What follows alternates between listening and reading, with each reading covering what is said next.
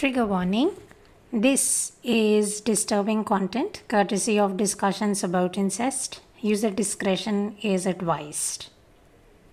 This is an interview with Kathryn Harrison, who wrote an incest-based fiction and followed that up by publishing a memoir which talks about her being a victim of incest.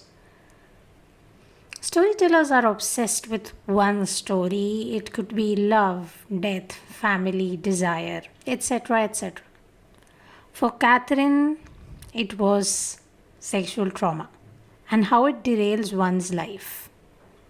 She wrote a fictional story about her real life and handed it over to publishers who tinkered with the story. These changes gave her the illusion of control because as an author, you are a god. You can change anything and it will have no real world consequences.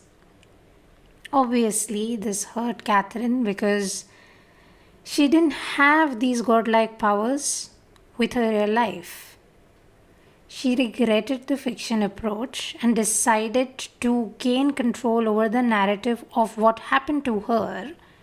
She chose to only let the truth guide her. In her words, here, see who I really am. There is no one-size-fits-all answer for the question of do I write a fiction or a non-fiction? You write what makes the most sense to you.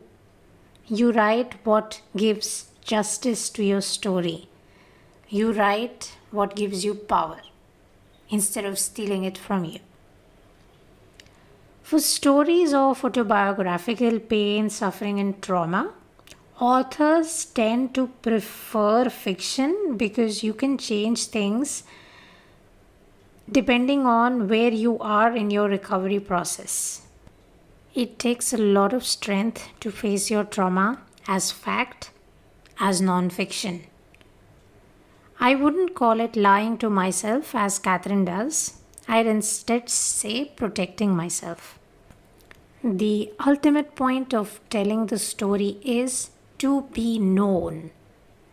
Once you acknowledge and announce what happened, people will empathize and maybe criticize.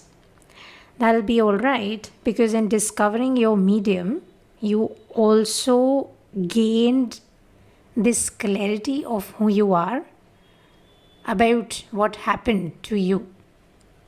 You are ready to face the consequences and therefore you can take the criticisms and the claps. The point is, find a way to tell that story. Fiction, non-fiction, memoir, flash fiction, short, doesn't matter. Just choose to tell the story. Happy writing.